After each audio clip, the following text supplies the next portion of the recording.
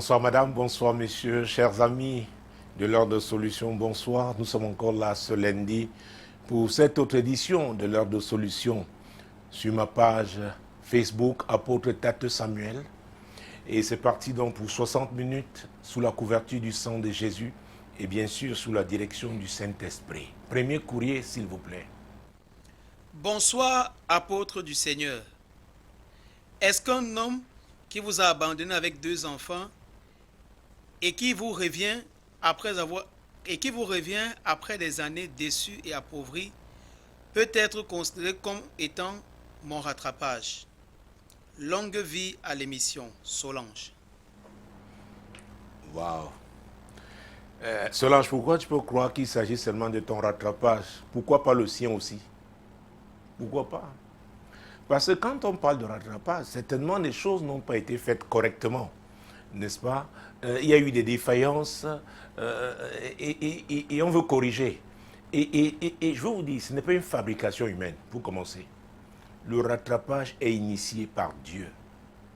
N'allez pas essayer, n'est-ce pas, mécaniquement, de rétablir une relation en vous disant que c'est votre rattrapage. Alors, si c'est Dieu qui en est l'initiateur, alors ce rattrapage est pour sa gloire. Que ce soit très bien compris. Ah oui, vous voyez que ma Bible est toujours ouverte, et ce depuis 22 ans dans le cadre de ce programme. Donc c'est la parole de Dieu qui est notre référence. Ah oui. Donc, elle s'appelle comment? Solange. Solange. Est-ce qu'un homme donc qui vous a quitté, oui, avec 2 enfants, vous abandonnez 2 enfants, oui, et qui vous revient après des années déçues et appauvries peut être considéré comme étant mon rattrapage? alors, déjà pour parler de rattrapage dans son cadre, parce que là c'est un cas particulier, des gens qui se connaissaient déjà, qui ont vécu ensemble, on ne sait pas ce qui s'est passé, mais ce qui est sûr, c'est qu'il y a eu des problèmes. Alors, il faut, pour commencer, insister sur le fait que Solange doit être sûre qu'elle a pardonné. C'est très, très important. Matthieu chapitre 6, mon Dieu, mon roi. Parce que si les blessures sont encore vives et que cette relation reprend, j'ai peur que ce ne soit pas, n'est-ce pas, pour être véritablement heureux. Et puis il s'agit d'elle heureuse. Versets 14 et 15.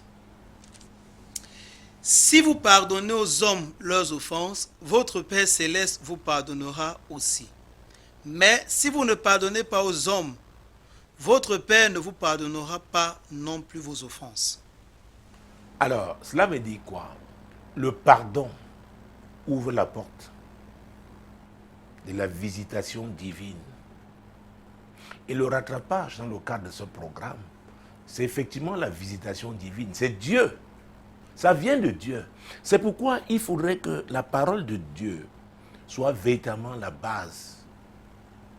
Si Solange n'a pas véritablement pardonné au père de ses enfants, je ne sais pas s'ils ont été divorcés, s'ils ont divorcé ou pas, il n'y a pas de précision, mais il faut absolument, pour qu'il y ait un nouveau départ, il faut que le pardon passe par là.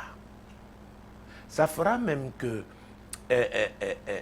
Solange pourra être en paix pour véritablement consulter Dieu. Parce que si j'ai dit il y a un instant que le rattrapage vient de Dieu, il est important de consulter Dieu pour savoir si c'est effectivement lui qui a initié ce rattrapage. C'est très important. C'est très important. Vous savez, il y a l'histoire d'une femme dans la Bible. Je crois que c'est Genèse 25. Cherchons ça. Genèse, Jésus-Christ de Nazareth. Est-ce que c'est bien ça que je trouve? Ah, très bien, oui. Versets 21 et 22. Isaac implora l'Éternel pour sa femme, car elle était stérile, et l'Éternel les exauça. Rebecca, sa femme, devint enceinte. Les enfants se heurtaient dans son sein et elle dit, s'il en est ainsi, pourquoi suis-je enceinte? Elle alla consulter l'Éternel. Elle alla consulter l'Éternel. Vous voyez, c'était la visitation de Dieu. Mais ce qui arrivait là, ce qui lui était arrivé en termes de douleur, de souffrance, elle a dit non, non, non, non. C'est son mari qui avait imploré Dieu. Elle n'est pas retournée vers Isaac. Elle est allée vers qui? Dieu, la source de bénédiction. Et elle est allée avec des propos durs, disant que s'il en est ainsi, pourquoi suis-je enceinte? Pour vous dire que ce n'est pas évident. Ce n'est pas le tapis rouge déroulé comme si nous sommes dans un monde où le destructeur ne perd plus. C'est lui le prince de ce monde. Et qu'est-ce que Dieu va lui dire au verset 23? Et l'Éternel lui dit, deux nations sont dans ton ventre et deux peuples se sépareront aux sorties de tes entrailles. Un de ces peuples sera plus fort que l'autre et le plus grand sera assujetti au plus petit. Alors, j'ai ajouté ce verset pour que ce soit encore clairement dit ce soir. Vous voyez, Dieu avec son projet. Elle voulait un enfant, mais Dieu lui en a donné deux, mais avec une vision claire. Donc Rebecca avait une mission. Et c'est très important de comprendre que quand Dieu fait quelque chose, ce n'est pas pour rien. Il a un but. Il a un but. Et le plus souvent, nous, en tant qu'humains, nous restons au premier degré, au niveau charnel, au simple niveau d'émotion. Voilà, il m'a fait ci, voilà, il m'a fait ça, voilà, voilà, voilà. Dieu a dit que nous devons pardonner. Et le pardon ne fait pas... Ce n'est pas une faveur qu'on accorde à quelqu'un. Le pardon, il faudrait que ce soit clair. On se fait du bien à soi-même. Vous libérez quelqu'un. Oui. Donc, plus de rancœur ni de rancune. Rien. Donc, vous êtes en paix. Quelqu'un qui est troublé, quelqu'un qui est confus, mon Dieu, lui sera très difficile de bâtir. Parce que si c'est le rattrapage, c'est un nouveau départ, hein, avec le même homme. Il est allé, il a connu des déboires, comme tu dis, il est revenu appauvri et comment? Et déçu. Entre-temps, toi aussi, tu t'es battu pour élever les enfants, et peut-être avec l'aide de la famille, l'aide des amis, et tout ça. Ce n'est pas facile. Toi-même, tu n'es plus la même personne. Vous savez, quand nous nous engageons à l'occasion de certaines situations, parfois nous prenons des coups, nous ne ressentons pas l'impact. Oui, la vie nous déforme. C'est pourquoi quand nous parlons de restauration dans le cadre de la foi, vraiment c'est un travail en profondeur. C'est un travail il n'y a que Dieu pour le faire. Parce que c'est lui qui connaît la hauteur, la profondeur, la largeur, la longueur, l'ampleur des dégâts qui ont été causés par les problèmes de la vie. Parfois, ce sur quoi vous appuyez n'est rien par rapport à ce qui est. Ce que vous voyez n'est rien par rapport, oh mon Dieu, mon roi, à la réalité. C'est pourquoi j'ai dit, si on a mal dans sa peau, déjà, et ça c'est de façon générale, on ne doit pas se marier. Et je le disais encore il y a 2 semaines, dans le cadre d'une réunion, 3 semaines, à l'église, on travaille pour son bonheur. On décide d'être heureux. On met les choses en ordre parce qu'on veut être heureux. Le plus souvent, on croit que c'est un coup de poker. Non, vraiment, ça arrive comme ça, on va jongler. Non, il y a une base qui est une base divine. Encore une fois, le mariage est un champ missionnaire. C'est pour un but que Dieu met deux personnes ensemble. Maintenant, Solange nous parle du rattrapage. Est-ce que vraiment le père et ses enfants peuvent être considérés comme son rattrapage? Le rattrapage, là, que les femmes cessent de penser qu'il ne s'agit que d'elles. Beaucoup d'hommes ont besoin aussi de rattrapage. Parce que quelque part, il y a eu beaucoup de défaillances. Il y a des erreurs qu'on a commises. Et maintenant, par la grâce de Dieu, Dieu nous donne l'opportunité, n'est-ce pas, de recommencer, de s'ajuster. Ah oui, on n'a pas correctement fait dans le passé. Maintenant, avec la parole de Dieu, et ça c'est très important, avec la parole de Dieu. Et Solange, c'est la Bible qui le dit, tout ce qui n'est pas conviction est péché. C'est très important. Comment tu te sens face à cette affaire? Parce que pour les cas semblables que j'ai vécus, je me souviens, il y a, mon Dieu, c'est une quinzaine d'années maintenant, des gens qui avaient divorcé, chacun allait de son côté, ils avaient des enfants, mais ils sont remariés. Et j'avais célébré ce mariage à l'époque.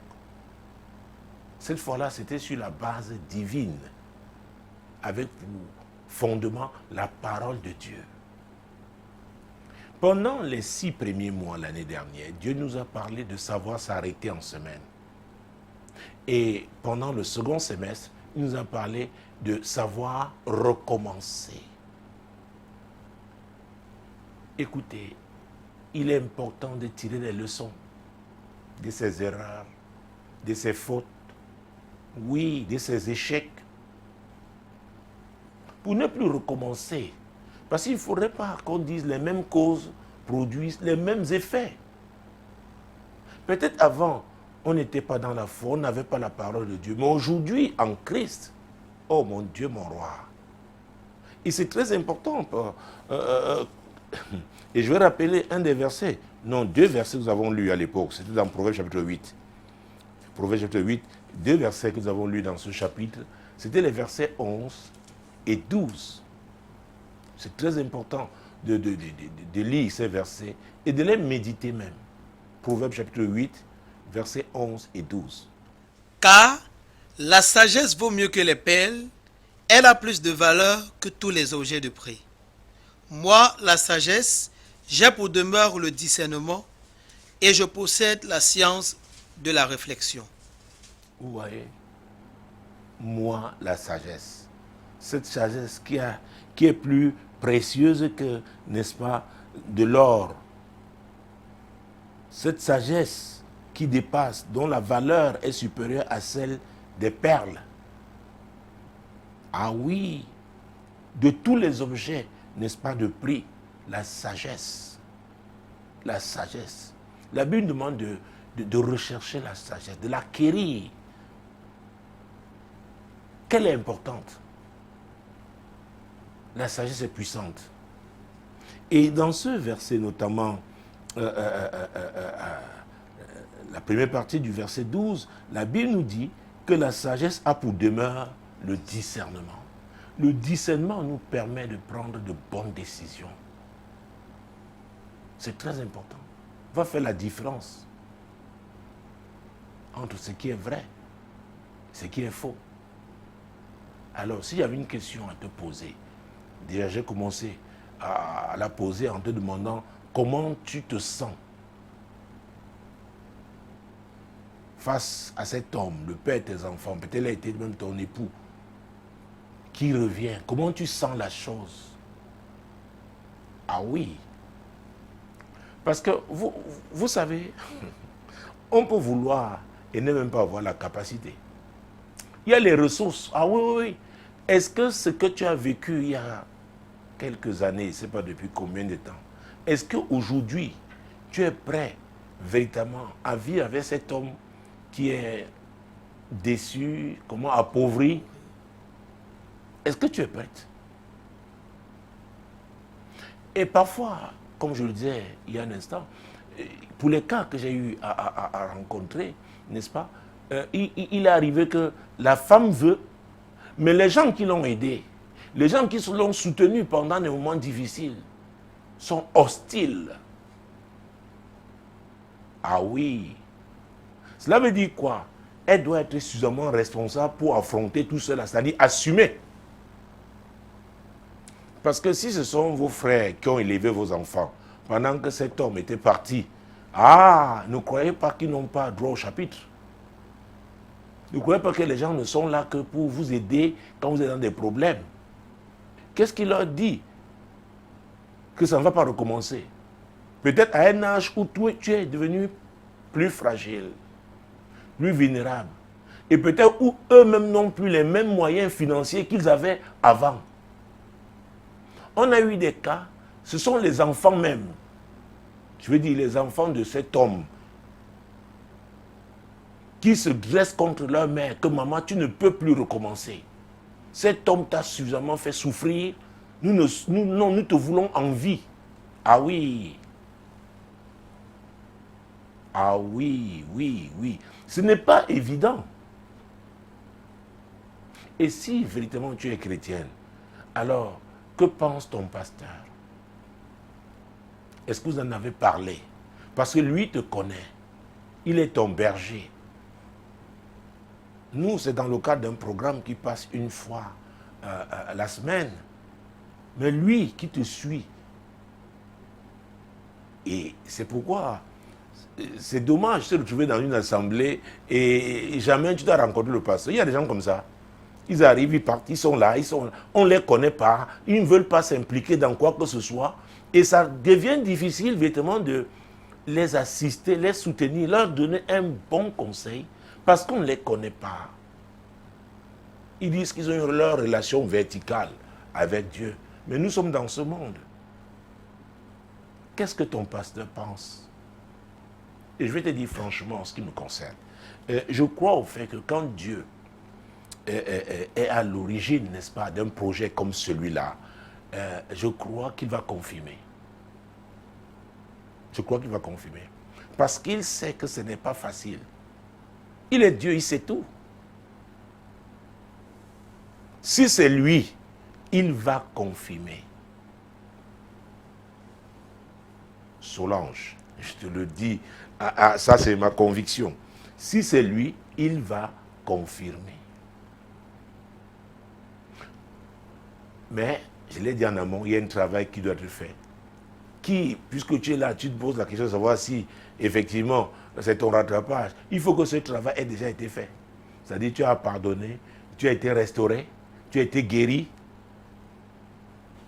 Et maintenant, outillé par l'Éternel, équipé par lui, qui a conçu ce projet. Parce qu'il s'agit d'une réconciliation.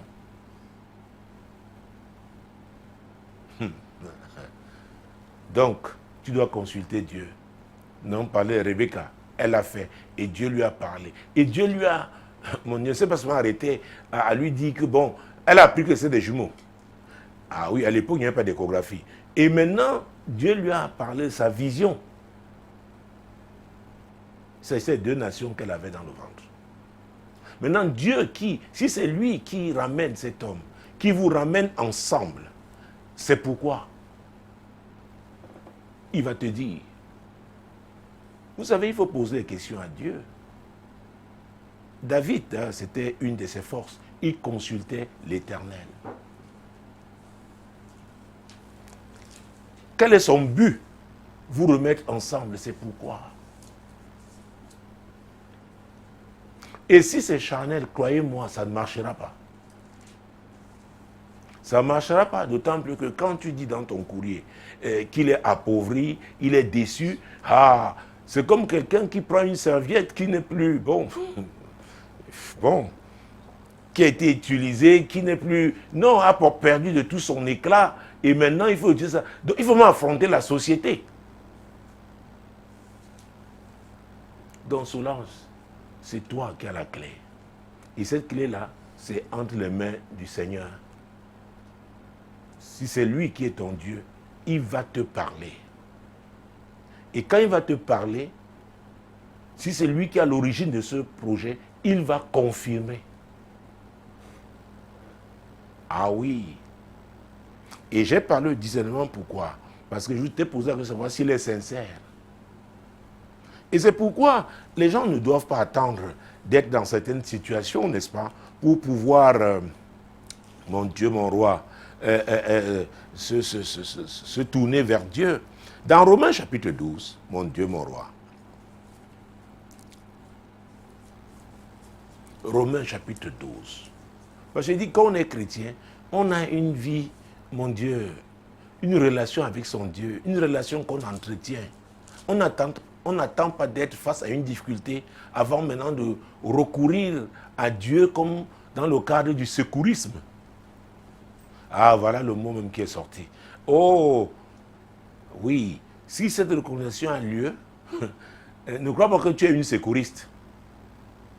Je ne sais pas si c'est dans le cas de la Croix-Rouge ou le Croissant-Rouge. C'est pour une mission. Parce que s'il vient vers toi, tout simplement parce qu'il est dépassé, il veut qu'on s'occupe de lui, donc c'est charnel, tu ne pourras pas. Parce que, vous savez, le secouriste n'est pas un médecin. Vous voyez, dans les stades de football, quand un joueur tombe, vous voyez des gens qui viennent avec les brancards et tout. Aujourd'hui même, c'est très organisé parce que le médecin, peut-être de l'équipe, est là. Avant, ce n'était pas comme ça. Donc, c'est pour te secourir, mais une prise en charge, parfois qui requiert un spécialiste. Donc, si toi, tu veux faire dans le secourisme, parce que c'est charnel, tu vas échouer. Tu ne pourras pas tenir. Surtout si tu n'as pas pardonné. Tu vas lui rappeler les choses d'avant. Et ça va se passer très mal. Alors, j'étais en train de parler de Romains chapitre 12. Et là, c'est le verset 2. Pour vous dire que la qualité de sa relation avec Dieu, la qualité de sa communion, va aussi notre communion avec lui, va nous aider, va aider Solange à discerner la volonté parfaite de Dieu. C'est pourquoi nous allons lire ce verset 2. Ne vous conformez pas au siècle présent, mais soyez transformés par le renouvellement de l'intelligence, afin que vous discerniez quelle est la volonté de Dieu, ce qui est bon, agréable et parfait. C'est important d'identifier la volonté parfaite de Dieu. Mais ça ne se fait pas seulement à l'occasion d'un problème. Il faut que la relation soit une bonne relation. Vous pouvez déjà, n'est-ce pas, identifier la voix de Dieu parce que vous avez l'habitude de communiquer avec lui. Et ce renouvellement de l'intelligence se fait par quoi? Par la méditation de la parole de Dieu. La prière. Parce que vous écoutez Dieu, vous communiquez avec Dieu. C'est très important. Donc, vous savez, dans Proverbe, tout à l'heure, on a parlé, quelque part, c'est la science même de la réflexion à la fin du verset 12. Nous étions alors dans Proverbe chapitre 8. Cette réflexion n'est pas une réflexion mondaine. C'est à la lumière de la parole de Dieu. C'est avec le Saint-Esprit. Et qui est le Saint-Esprit? Oh, il est l'Esprit de vérité. Déjà, il est le consolateur. Tu es passé par des moments difficiles lorsqu'il t'a abandonné. Donc c'est lui qui t'a consolé. Il est l'enseignant. Il t'a enseigné. Peut-être en utilisant certainement en utilisant ton pasteur, différents d'autres canaux chrétiens. Et toi-même méditant la parole de Dieu. N'est-ce pas? Il t'a, mon Dieu, transformé. Maintenant, est-ce que le Saint-Esprit qui est Dieu, il va te donner quelqu'un qui va te détruire? Non. Et c'est pourquoi, quand nous parlons du Saint-Esprit, oh Jésus-Christ de Nazareth, mon Dieu, mon Dieu, mon Dieu, oh Jésus, il faudrait que je trouve ce verset. Parce que beaucoup croient que la Bible dit, c'est le verset qui dit que le Saint-Esprit sonde même les profondeurs de Dieu. Donc il connaît la volonté. C'est très important, la volonté de Dieu pour toi. C'est pourquoi cette communion doit être permanente. C'est 1 Corinthiens chapitre 2, mon Dieu, mon roi. Je crois verset 10, attendez, que je cherche. Mon Dieu, mon roi. Oui. 1 Corinthiens 2, verset 10. Dieu nous les a révélés par l'Esprit, car l'Esprit sonde tout, même les profondeurs de Dieu. Donc, l'Esprit, là, c'est le Saint-Esprit. Il connaît la volonté de Dieu pour toi. C'est pourquoi, chers amis de l'heure de solution, sans le Saint-Esprit, il faut le savoir, nous n'avons pas de direction. Ah oui, on doit communier avec lui. Il est l'esprit de vérité. Si quelqu'un est faux, il va l'exposer. Parce qu'on est en relation avec lui. Le problème, c'est que nous engageons une relation de façon charnelle, à cause des émotions, sans rechercher la volonté de Dieu.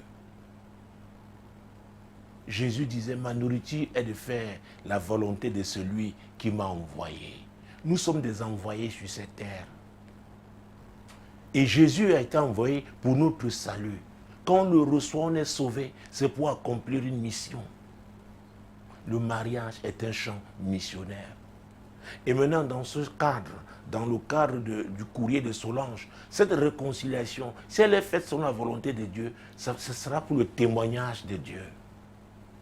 Ça va édifier plusieurs personnes, ça va encourager plusieurs personnes. C'est pourquoi j'ai l'habitude de dire aux gens, leurs souffrances, n'est-ce pas, peuvent devenir leur message.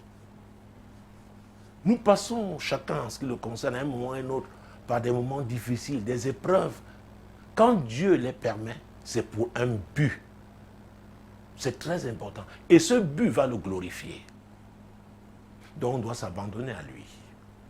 Ah oui, on doit s'abandonner à lui. Et c'est pourquoi, quand je cite souvent Proverbe 15, verset 33, la Bible dit, la crainte de l'Éternel enseigne quoi? La sagesse. Et l'humilité précède la gloire. Lisons ce verset. C'est très important de comprendre, mesdames, messieurs, le tout n'est pas seulement d'accepter Jésus, de recevoir Jésus. Nous devons marcher avec lui. C'est une marche de transformation. Ah oui.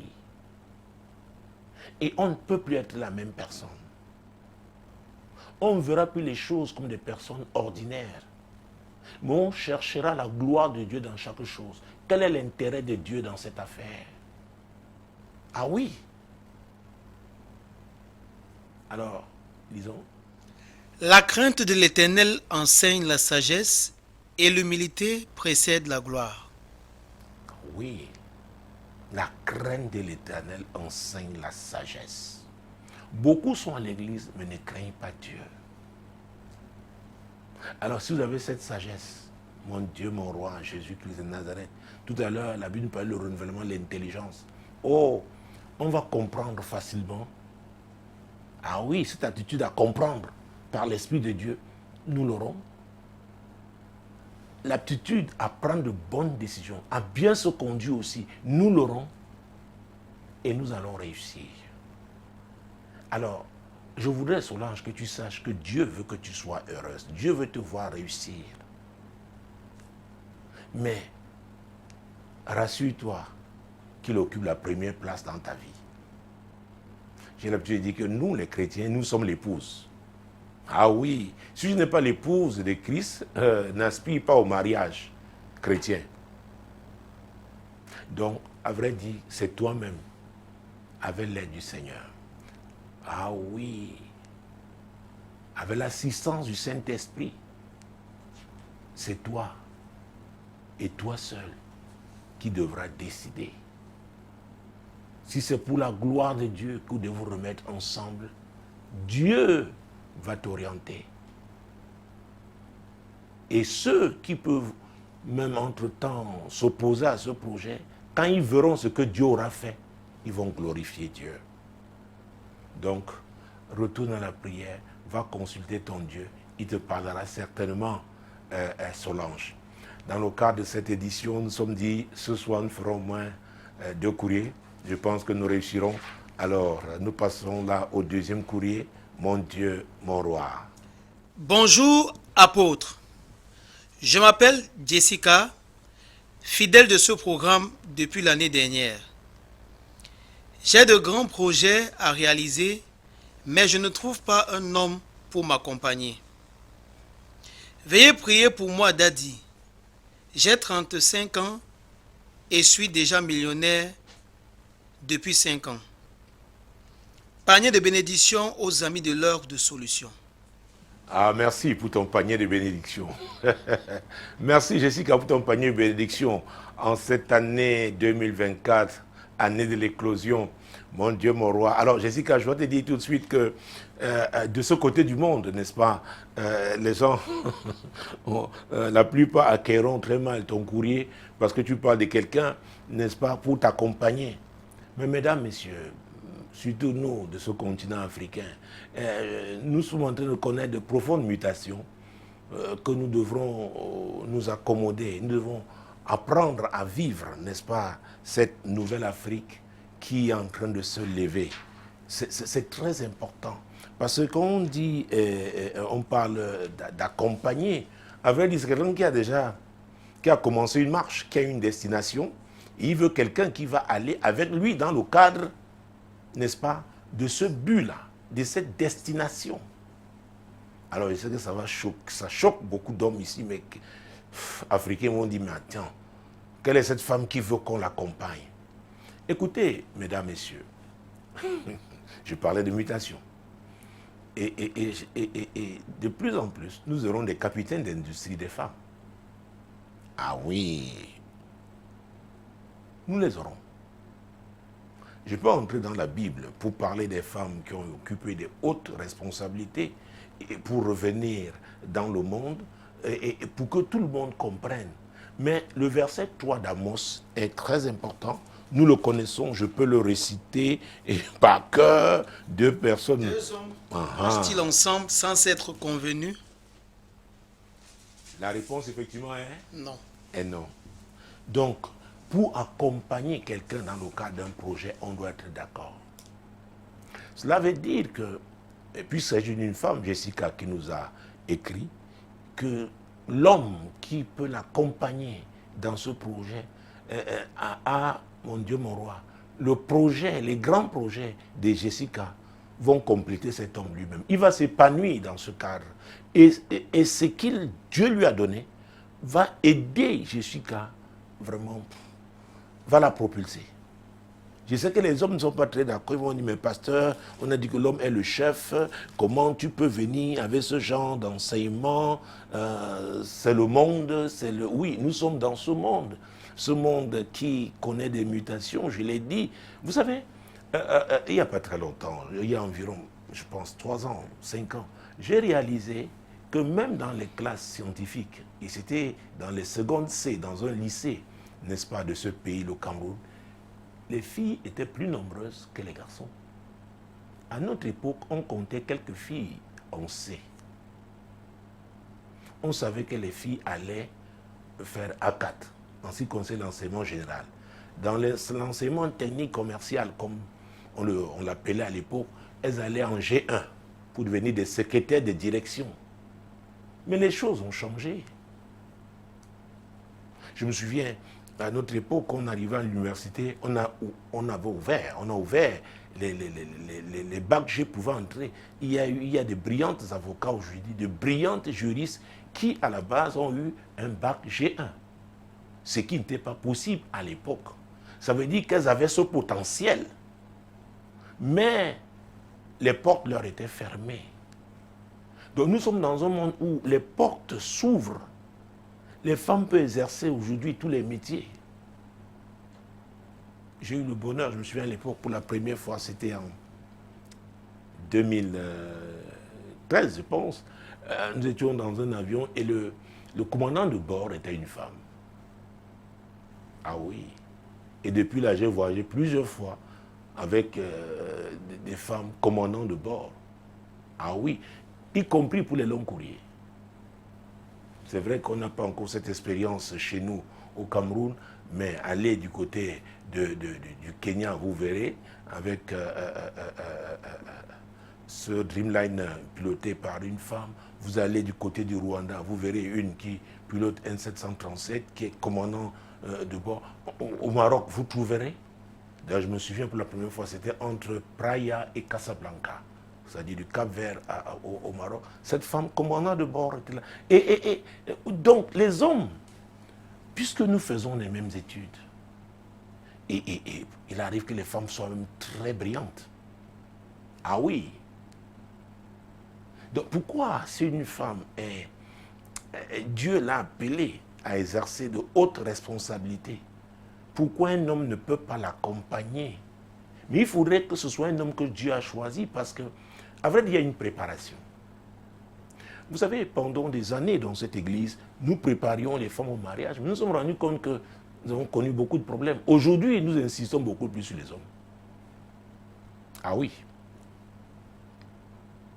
Parce que ce genre d'homme qui doit épouser une femme qui a de grands projets, une businesswoman, il doit être préparé. Parce que ce ne doit pas être un homme complexé. Ah oui. C'est pourquoi je vous dis, ce sont des personnes bien dans leur peau. Déjà, quand elles sont seules, ce sont ces personnes-là qui peuvent se marier. Tu es content pour ce que Dieu t'a donné. David disait, je te rends grâce parce que tu as fait de moi une créature si merveilleuse. Ah oui, tu es content de soutenir ta femme dans le cadre, n'est-ce pas, de son appel. Et quand on parle d'appel à l'église, les gens voient seulement le ministère. C'est vrai que j'ai rencontré, je connais l'histoire de cette femme, ça fait très longtemps. Elle est évêque, bishop aux États-Unis. Et son mari n'était pas dans le ministère, mais il l'accompagnait à ses voyages. Il était, selon son programme, il la soutenait véritablement. Oh, c'est elle qui avait un grand ministère avec plusieurs églises. Alors, parlons prenons juge, mon Dieu, mon roi. Mon Dieu, mon Dieu, mon Dieu. Jésus-Christ de Nazareth. Alors, quand je parle du livre de Juges, beaucoup peuvent comprendre déjà de qui je veux parler. Alors, il s'agit bel et bien de Déborah. Alors, il faudrait que je cherche le verset qui dit qu'elle était la femme de Lapido. C'est juste ce verset que je veux prendre, pour que les gens comprennent qu'un leader de ce niveau, une femme de ce niveau, était mariée. Elle était mariée. Et d'ailleurs, verset 2, qu'est-ce qu'on dit? Juge 5, chapitre 5, verset 2. Des chefs se sont mis à la tête du peuple en Israël, et le peuple s'est montré prêt à combattre. Bénissez-en l'Éternel. Verset 7. 7. Oui. Les chefs étaient sans force en Israël, sans force. Quand je me suis levé, moi, Déborah, quand je me suis levé comme une mère en Israël. Comme une mère en Israël, Déborah s'est levée. Mais Déborah était la femme de Lapido. Je cherche ce verset. Mon Dieu, mon roi, parce que j'ai pensé à Déborah tout de suite.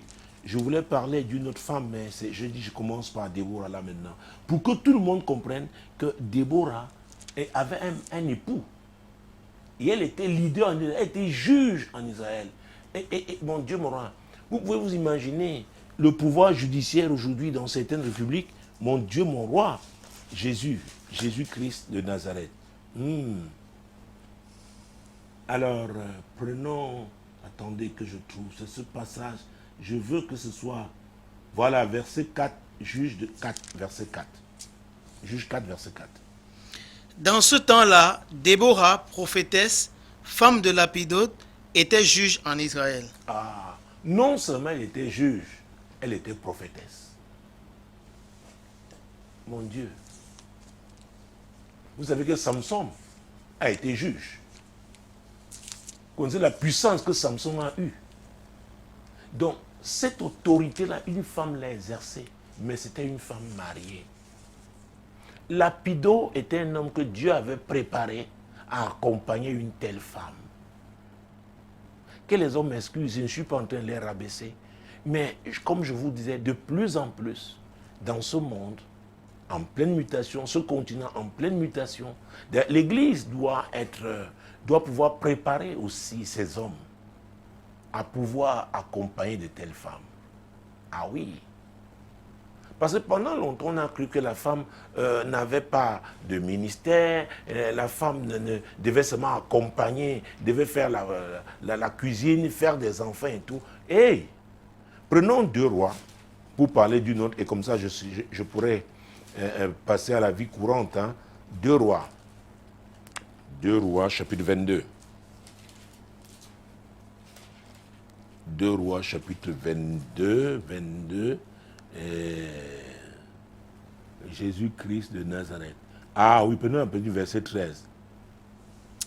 Allez, consultez l'Éternel pour moi, pour le peuple, et pour tout Juda, au sujet des paroles de ce livre qu'on a trouvé, car grande est la colère de l'Éternel qui s'est enflammée contre nous, parce que nos pères n'ont point obéi aux paroles de ce livre et n'ont point mis en pratique tout ce qui nous est prescrit. Le sacrificateur Akildja, Achikam, Akbor, Shaphan et Achacha allèrent auprès de la prophétesse Hulda, femme de Shaloum, fils de Kiva, fils de Ahad, gardien des vêtements. Elle habitait à Jérusalem, dans l'autre quartier de la ville. Vous voyez ça? Elle était une femme mariée. Son mari avait une fonction. On nous parle, il était gardien des vêtements. Et qui a envoyé, n'est-ce pas, cette délégation? Verset 11. Lorsque le roi entendit les paroles du livre de la loi, il déchira ses vêtements. Verset 12. Et le roi donna cet ordre au sacrificateur Ilkidja, à Achikam, fils de Shaphan, à Akbor, fils de Miché, et à Shaphan, le secrétaire, et à Ajaza, serviteur du roi. Verset 13. Allez, consultez l'Éternel pour moi, pour le peuple, et pour Juda, et pour tout Juda, au sujet des paroles de ce livre qu'on a trouvé, car grande est la colère de l'Éternel qui s'est enflammée contre nous, parce que nos pères n'ont point obéi aux paroles de ce livre, et n'ont point mis en pratique tout ce qui nous y est prescrit. Ouais, c'est le roi. Dans un royaume, le roi est le souverain. Mais il savait, il reconnaissait le ministère de Hulda. Elle était chez elle, dans son foyer. Son mari avait... Ah oui, lui, il avait sa fonction. Donc, pour vous dire qu'aujourd'hui, dans les affaires, d'ailleurs, quand vous allez en Afrique de l'Ouest, dans certains pays, on parle de Mamie Benz, ces femmes qui vendent des pagnes, ces femmes qui font des affaires. Ah oui, elles tiennent la famille. Même ici au Cameroun, même en Afrique de façon générale, je me souviens, nous, quand nous étions enfants, nous avions nos camarades, nos amis, dont les mères étaient dans les affaires, qui ont construit les maisons. Souvenez-vous, quand on parlait d'impôts dans ce pays, il y a des femmes qui payaient l'impôt leur mari. Mais seulement, c'est des femmes aussi qui étaient préparées. Exactement comme les grandes femmes dont je viens de parler, elles étaient humbles. Elle ne montait pas sur la toiture pour dire à tout le monde, sur le toit de la maison, que c'est elle qui s'occupe de la famille. C'est pourquoi on doit aussi être préparé comme femme. Lorsqu'on a appelé à des hautes fonctions, quand on est élevé dans les affaires, qu'on puisse respecter son mari dans le cadre de la famille en tant qu'époux. Écoutez, chez notre grand voisin ici, il y a des femmes, elles ont une réunion, mon Dieu, mon roi, à 8h à Lagos, une autre réunion à 14h à Abuja, et parfois le soir, elles doivent prendre leur vol pour Londres, pour rencontrer des partenaires, ou pour New York. Des femmes mariées.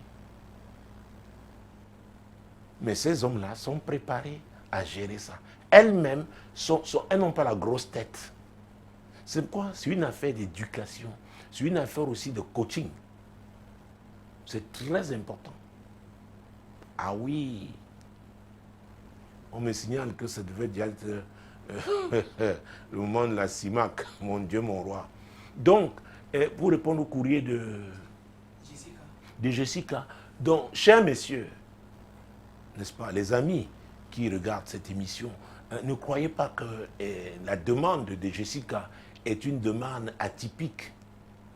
Il faut effectivement des hommes, mais alors des hommes que Dieu a préparés pour effectivement accompagner des femmes qui ont un appel spécifique. Ça peut être dans le ministère, ça peut être même au plan, comment on dit, administratif. Hein. Il y a des femmes ministres aujourd'hui. Il y a des femmes sénatrices, membres de l'Assemblée nationale. Oui. Donc, c'est important. Il y a des femmes qui occupent de hautes fonctions, n'est-ce pas, dans des organisations internationales. Nous savons que la dame de fer était mariée. Ah oui. Oui, elle était mariée.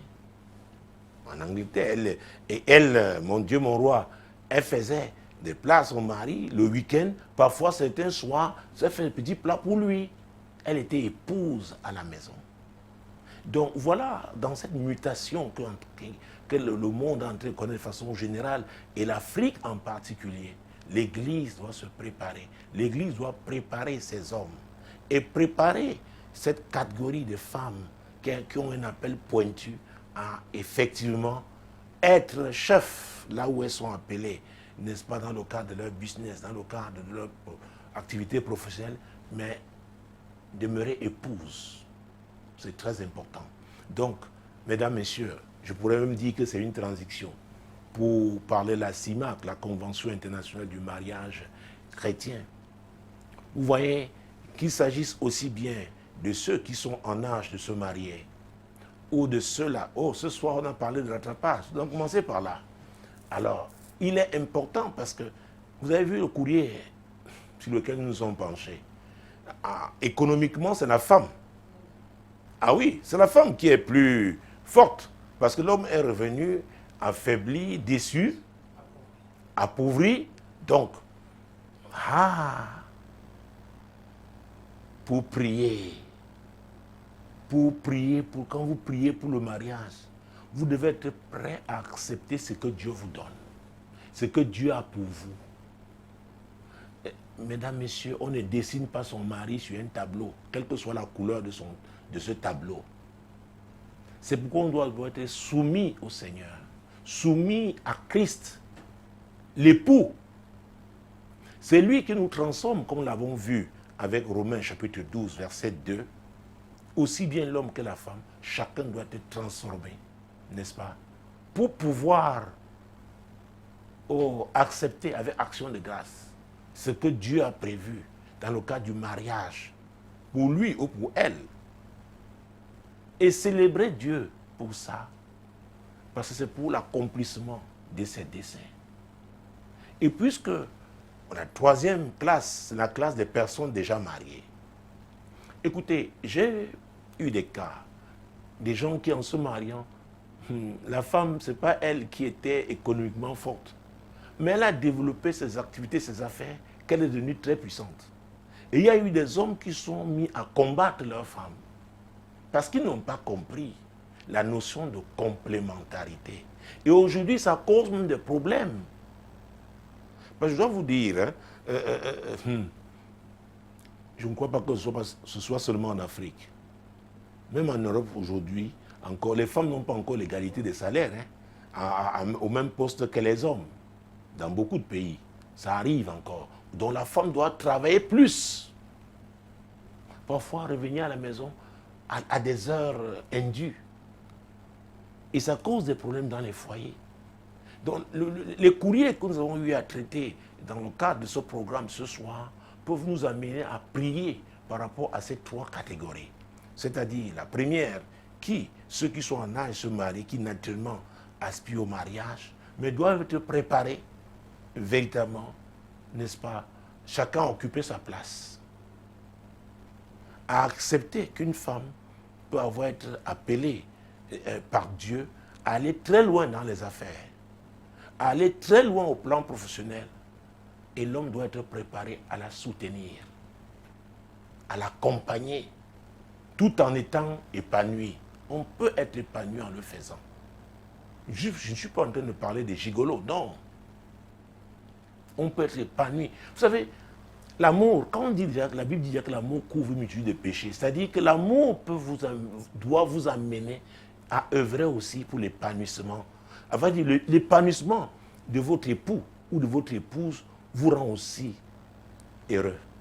C'est pourquoi on décide d'être heureux.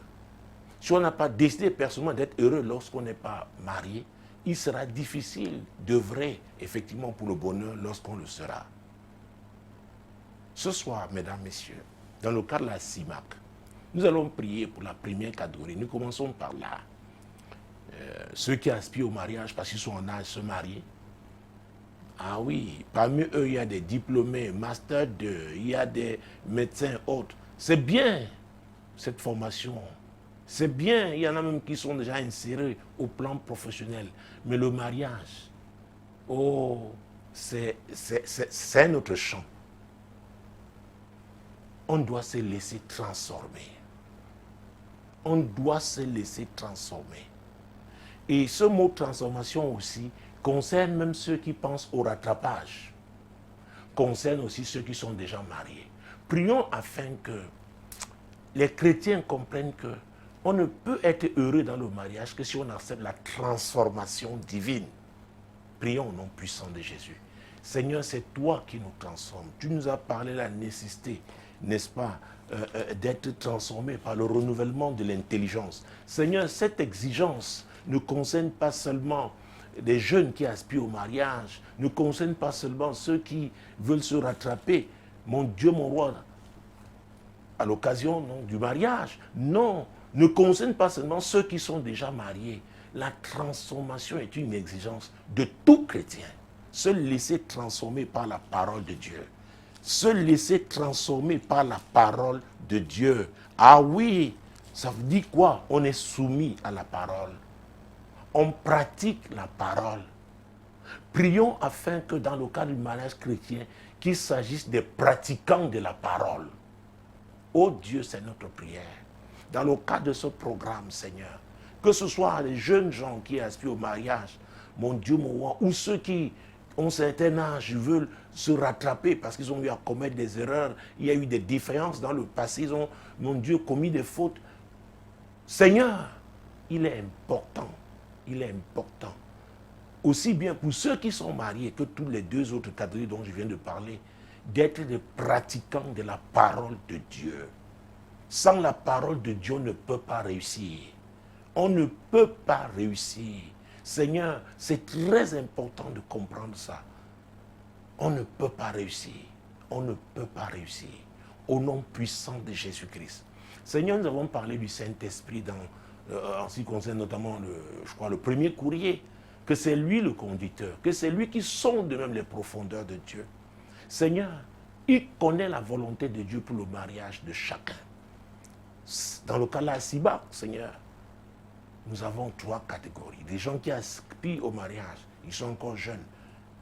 Et il y en a qui veulent le rattrapage. Seigneur, mon Dieu, mon roi, ils savent que tu es le Dieu miséricordieux. Tu es le Dieu qui accorde une seconde opportunité. Mon Dieu, mon roi.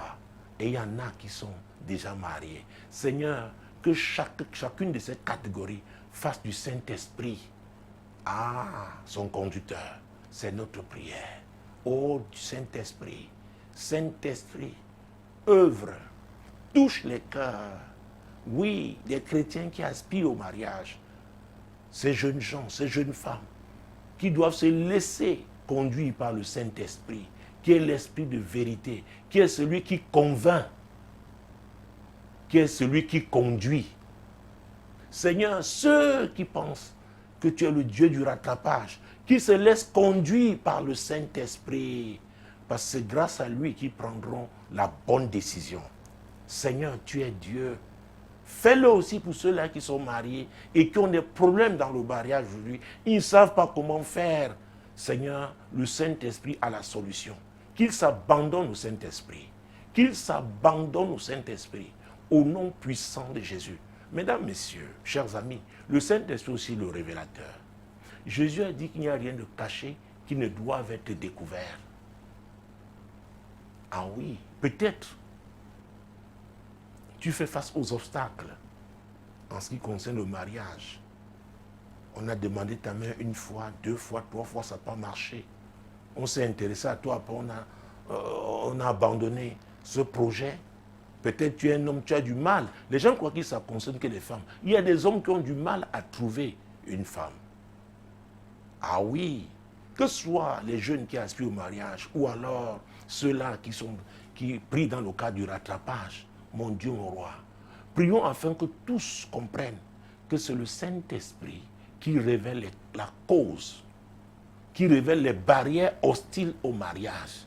Que chacun recourt au Saint-Esprit afin que le Saint-Esprit expose, et même ceux qui sont mariés, les causes de leurs problèmes, les causes réelles au nom puissant de Jésus.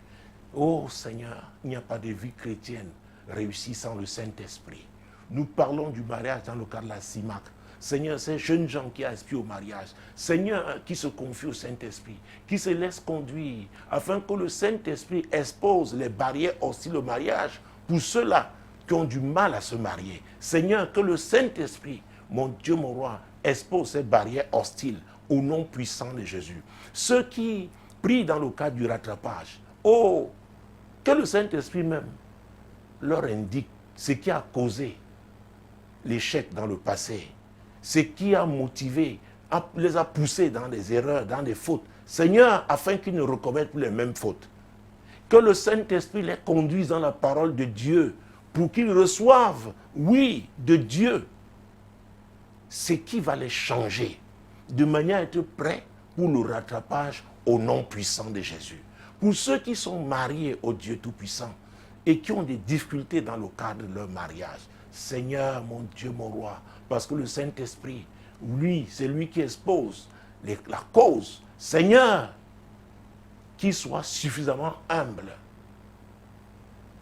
et courageux pour affronter ces différentes causes au nom puissant de Jésus. Seigneur, c'est notre prière. C'est notre prière.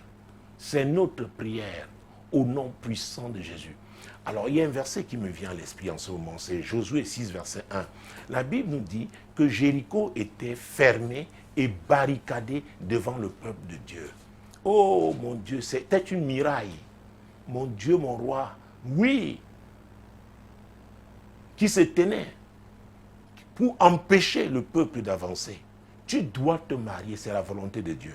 Alors, nous avons 4 mariages déjà programmés dans le cadre de différentes assemblées. Dans les assemblées annexes, il y a 3 déjà. Il y a ici à l'Assemblée centrale 1. Je vous dis, comme nous prions, Dieu agit. Dénonçons ces murailles hostiles au mariage. Dénonçons-les ce soir au nom puissant de Jésus. Éternel, mon Dieu, ces murailles hostiles au mariage, aussi bien pour les jeunes qui aspirent au mariage que pour ceux-là qui prient pour le rattrapage, Seigneur. Toute muraille que l'ennemi a érigée pour s'opposer au mariage, oui, de cet homme, de cette femme, mon Dieu, pour s'opposer à son rattrapage dans le cadre du mariage. Seigneur, nous dénonçons cette muraille et ce soir en accord, souvenez-vous ce que Jésus a dit dans Matthieu 18, verset 19, que si nous nous accordons pour lui demander une chose quelconque, il le fera. Oui, notre Dieu le fera. Est-ce que nous sommes en accord? C'est pourquoi je vous invite à appartenir à cette famille, ce groupe des amis de l'heure de solution. Parce que nous comptons de prier par rapport à ce programme. Et Dieu répond aux prières. Ah oui, inscrivez-vous. Donc accordons-nous ce soir que ces murailles vont tomber au nom de Jésus. Elles vont s'affaisser. Au nom puissant de Jésus. Seigneur, pour tous ceux-là qui aspirent au mariage, Seigneur mon Dieu, ces jeunes gens, et ceux-là qui prient dans le cadre du rattrapage, Seigneur, ces murailles hostiles au mariage, qui s'opposent à leur mariage, nous prophétisons ce soir, nous leur ordonnons de tomber au nom de Jésus, parce que c'est la volonté de Dieu. La famille commence, oui, par le mariage entre un homme et une femme. C'est ça le mariage chrétien. Et Dieu tient à sa famille. Dieu tient au mariage chrétien. Et c'est au nom de Jésus que nous ordonnons que ces murailles tombent au nom puissant de Jésus-Christ. Seigneur, tu sais, tu connais tout ce qui pollue les mariages chrétiens en ce moment. Oh Dieu, visite les couples chrétiens. Visite-les afin qu'ils s'accordent.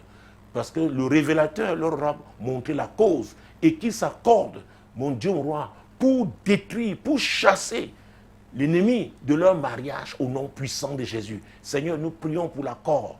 L'accord dans les mariages qui ont des problèmes aujourd'hui. Parce que c'est toi qui exposes la cause de ces problèmes. Seigneur, que les époux se tiennent en accord et chassent le destructeur de leur mariage au nom puissant de Jésus. Ce soir, cette édition se termine par les bénédictions.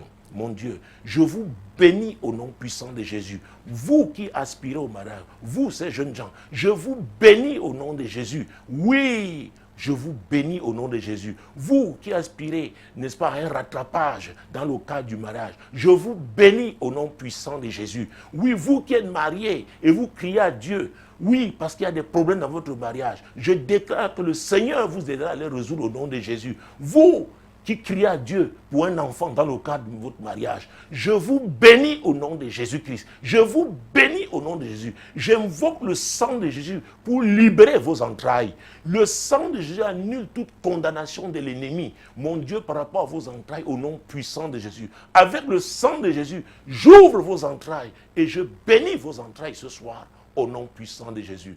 Je crois que j'ai épuisé mon temps, mesdames, messieurs. Merci d'avoir été là dans le cadre de ce programme. L'heure de solution. Le prochain rendez-vous, c'est lundi prochain, lorsque ce sera 21h. Sur ma page Facebook, apôtre 4 Samuel, nous serons encore là, mon équipe et moi. Shalom.